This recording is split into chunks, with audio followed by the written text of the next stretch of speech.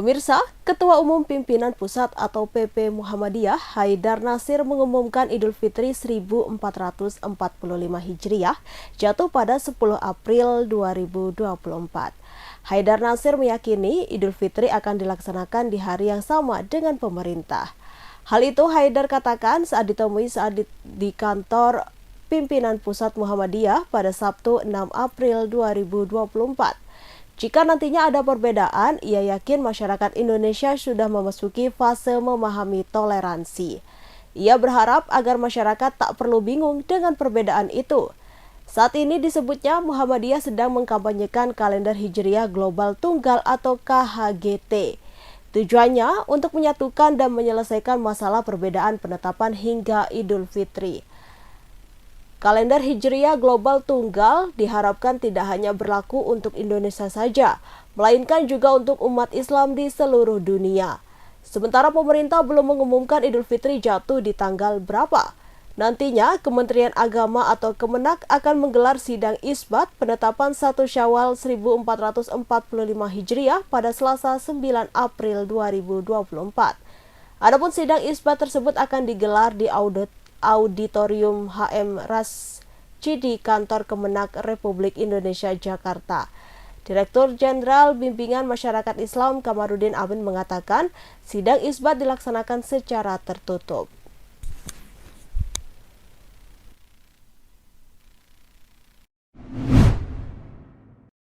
Pemirsa, tim anti bandit Polsek Tandes Polrestabes Surabaya menangkap 2 orang pelaku penggunaan sekaligus pengedar narkotika jenis sabu jaringan lembaga permasyarakatan atau lapas yang meresahkan warga Surabaya. Para tersangka itu berinisial SHP 25 tahun dan A 23 tahun. Selain karena keduanya tak memiliki pekerjaan tetap alias serabutan, tercatat mereka juga merupakan residivis atau pernah ditangkap dalam kasus hukum. Mereka ditangkap saat anggota Polsek Tandes yang dikomandoi Kanit Reskrim Ibtu Edi Octavianus Mamoto melakukan operasi pekat untuk menciptakan keamanan masyarakat. Kapolsek Tandes Polrestabes Surabaya, Kompol Budi Waluyo mengatakan, tersangka SHP ditangkap oleh petugas kepolisian setelah bertransaksi di kawasan Kecamatan Tandes, Surabaya. Saat dilakukan penggeledahan, petugas kepolisian mendapati barang bukti narkotika jenis sabu seberat 0,249 gram. Kemudian tatkala dilakukan penggeledahan lanjutan kosan tersangka di kawasan Pakal, Surabaya, ternyata petugas kepolisian menemukan alat timbang dan perkakas alat hisab bong. Kemudian untuk tersangka A, petugas kepolisian berhasil menyita barang bukti sabu seberat 0,796 gram dan 0,080 gram dalam wadah yang berbeda. Budi Waluyo menerangkan tersangka A mengemas plastik berisi sabu tersebut dengan cara mewadahi dompet kecil yang lazim dibuat membungkus perhiasan emas. Sementara itu, Kanit Reskrim Polsek Tandes Polrestabes Surabaya, Ibtu Edi Octavianus Mamoto mengatakan kedua tersangka itu pernah mendekam dalam penjara alias residivis. Tersangka SHP pernah ditangkap karena kasus pencurian dan juga kasus penyalahgunaan narkotika. Sedangkan tersangka A pernah ditangkap karena kasus penyalahgunaan narkotika. Edi juga tak menampik bahwa peredaran narkotika yang diikuti oleh kedua tersangka yang ditangkapnya itu dikendalikan oleh pengedar narkotika jaringan lapas.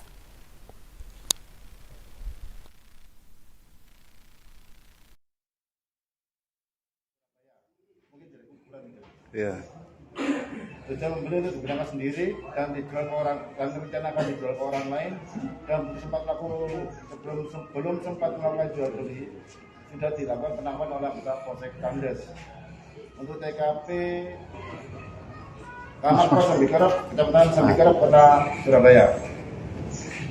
Tersangka atas nama A, umur 23 tahun, alamat Loro Perembangan, Kecamatan Perembangan, Kota Surabaya, kos Jalan Sambikerep, Kecamatan Sambikerep, Kota Surabaya.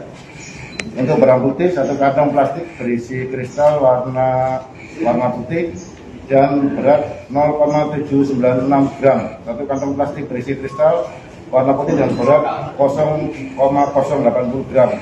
Dan 3 kantong plastik bekas sabun sisa pakai dan 1 timbangan warna kombinasi hitam silver dan 1 HP merek Oppo. Itu yang kedua. Kemudian lanjut untuk judi online.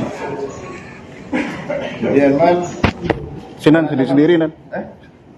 Dijelaskan hubungannya TSK 1 sama TSK 2 itu apa Nan? Itu dia satu jaringan apa? Masih saudara apa? Untuk yang TSK pertama memang sudah 2 kali residif. Di mana itu? Yang pertama 362. Kemudian yang kedua itu kasus narkoba juga di Polres Pelabuhan Tanjung Perak.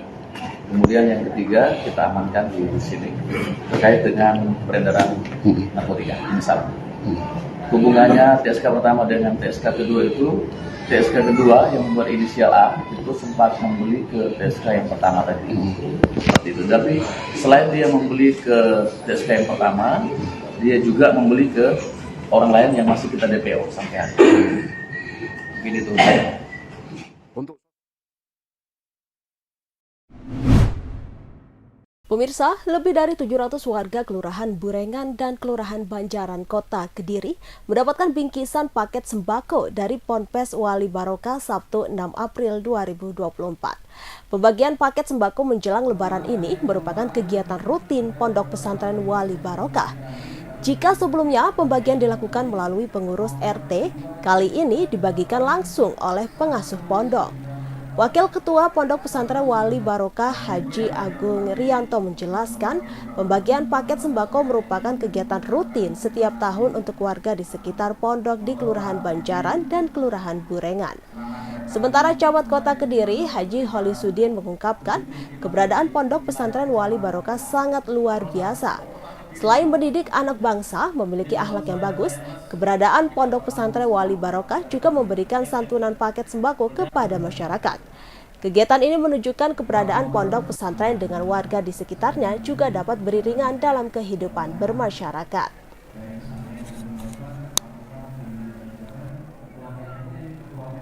Jabat setempat ini, nggak main-main ini, 2 camat dan 2 lurah ini. Beliau alhamdulillah sangat peduli dengan pondok sebagai mitra kita lah, artinya kecamatan ini kan mitra terdekat dari Pondok Wali Barokah ini. Program-program kami juga disinergikan gitu kan, sehingga bisa ya sejalan gitu. Sampai sore hari ini kita bisa menyelenggarakan acara rutin tahunan ini kan, untuk pembagian sembako untuk saudara kita yang ada di lingkungan sekitar Pondok Wali Barokah yang berada di Kelurahan Burengan maupun Kelurahan Banjaran. Jadi saya kira hal ini sebagai bentuk kepedulian dari Pondok Wali Barokah. Ya, bulan ini bulan Ramadan, bulan yang penuh rahmat, ya berkah gitu kan. Kemudian lipatan pahala, ampunan. Nah ini kita agendakan untuk acara berbagi dengan saudara kita yang ada di sekeliling pondok. Sore hari ini kita bagi kurang lebih sekitar 700 paket gitu. Dan kenapa masyarakat kita hadirkan sore hari ini spesial, ini termasuk kalau yang 2 tahun lalu kan diantar kita drop ke Pak RT ya kan, kemudian Pak RT yang membagi. Kira-kira hari Senin yang lalu ya kami rapat koordinasi nih Pak Camat dengan Pak Lurah juga, Pak Lurah Burengan sama Banjaran sama Ketua RT RW Kelurahan Banjaran maupun Burengan, rapat koordinasi agar pelaksanaan pembagian sembako ini bisa berjalan lancar.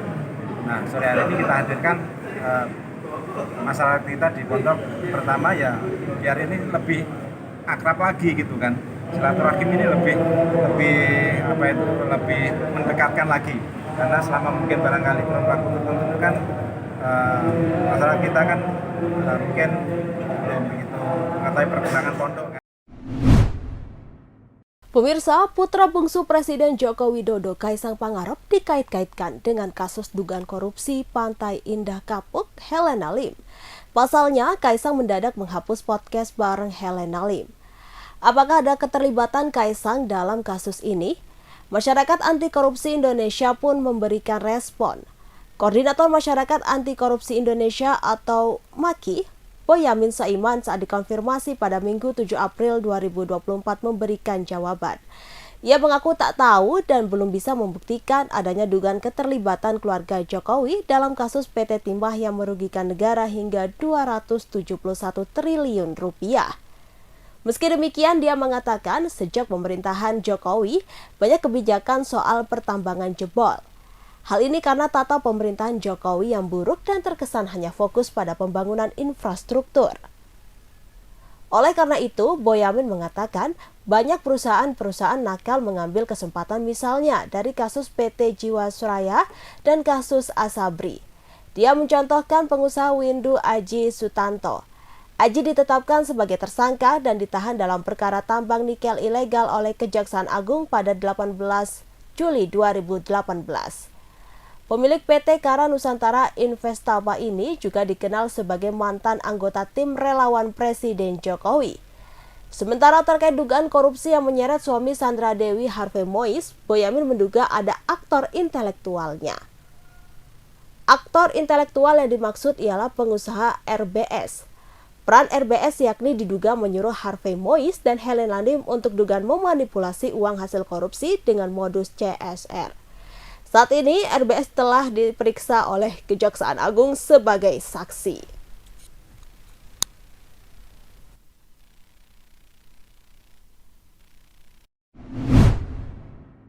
Serangan gerilya Brigade Al-Qassam kembali melumpuhkan tentara Israel yang menembus semua front tempur di jalur Gaza pada Sabtu 6 April 2024. Sayap militer Hamas itu mampu menargetkan 3 tank Merkava milik Israel. Dikutip dari portal Al-Qassam, serangan tepat mengenai sasaran menggunakan peluru Al-Yasin 105. Brigade Al-Qassam juga membuat serangan jebakan dengan menarik musuh ke tengah ladang ranjau. Setelah musuh sampai di titik lokasi, pasukan perlawanan meledakkan 3 anti perangkat personil. Akibat insiden itu, 6 pasukan pendudukan dilaporkan tewas hingga tubuhnya menjadi beberapa bagian. Selain korban tewas, ada juga tentara yang mengalami luka-luka. Peristiwa tersebut masih berlangsung di kawasan Al-Zana, sebelah timur kota Khan Younis, sebelah selatan kota Jalur Gaza. Pada pukul 16.43 waktu setempat, 5 IDF kembali terbunuh dari jarak nol. Sebuah pengangkut pasukan Zionis juga dihancurkan dengan peluru tandem. Serangan terjadi di lingkungan Al-Amal, sebelah barat kota Khan Younis. Lantaran banyaknya korban tewas dan luka, sejumlah helikopter didatangkan untuk melakukan evakuasi. Publik digegerkan dengan jemaah Masjid Aulia di Gunung Kidul, Yogyakarta yang merayakan Idul Fitri pada Jumat 5 April 2024. Imam jemaah Masjid Aulia yakni Kiai Haji Ibnu Hajar Soleh Pranolo atau Mbah Benu viral lantaran mengaku sudah telepon dengan Tuhan untuk merayakan Lebaran lebih cepat. Bahkan, jemaah Masjid Aulia disebut tersebar hingga luar negeri. Dikutip dari Serambi News, Mbah Benu kerap disebut oleh jemaahnya sebagai mursyid atau guru. Adapun jemaah Masjid Aulia sendiri merupakan penganut aliran Ahlus Sunnah wal Jamaah. Dalam video yang beredar, jemaah sudah berbondong-bondong melaksanakan salat Idul Fitri pada Jumat 5 April 2024. Mbah Benu pun memberikan khotbah seusai jemaah menunaikan salat Id.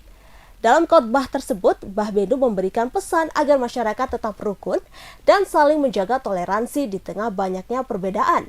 Kemudian para jamaah bergantian bersalaman dengan Mbah Benu. Di video terpisah, pria parubaya itu mengaku diperintah langsung oleh Tuhan untuk merayakan Lebaran lebih cepat melalui sambungan telepon. Dikutip dari Kompas.com, Mbah Benu mengaku tidak mengetahui pasti jumlah seluruh jamaahnya. Namun ia mengklaim jamaahnya berada di seluruh wilayah bahkan luar negeri. Mbah Benu menyebut jamaahnya berada di Inggris, Malaysia hingga India. Download Tribun X sekarang, menghadirkan lokal menjadi Indonesia.